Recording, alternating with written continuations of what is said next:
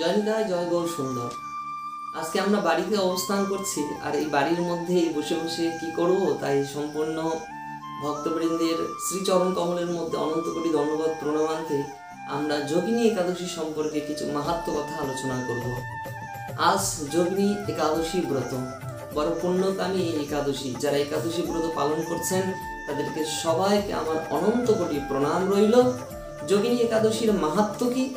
ভগবান শ্রীকৃষ্ণ যুধিষ্ঠিরকে যোগিনী একাদশী মাহাত্ম্য সম্পর্কে ব্রহ্মবৈবর্ত পুরাণের একটা ক্ষুদ্র প্রসঙ্গ তুলে ধরেছেন। সেই প্রসঙ্গ কি?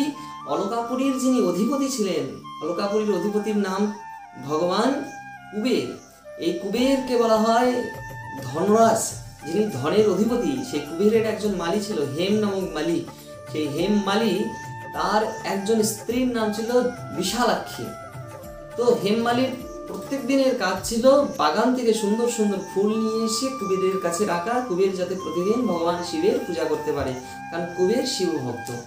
কিন্তু এমন একদিন এসে গেছে যেখানে হেম তার স্ত্রীর রূপের প্রতি অত্যন্ত অনুরক্ত হয়ে তিনি ফুল তুলে কুবেরের দরজা পর্যন্ত যেতে পারে না।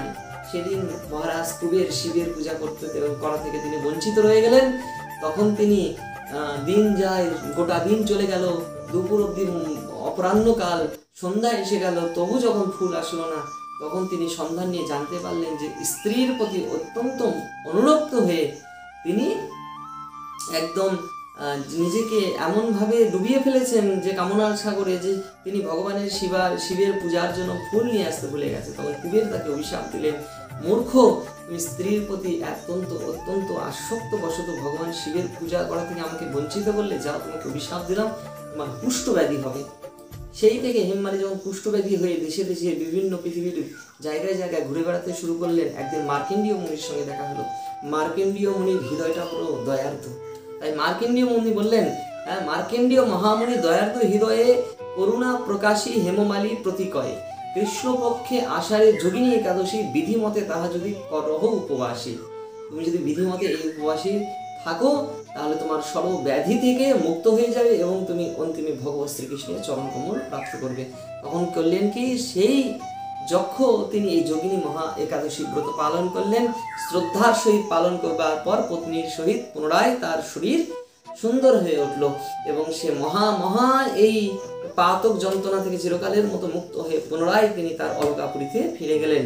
অতএব এই শ্রবণে ভক্তিযুক্ত হয়ে যারা এই শ্রবণ করেন, তারা আজন্ম সঞ্চিত পাপ থেকে চিরকালের মতো মুক্ত হয়ে যায়।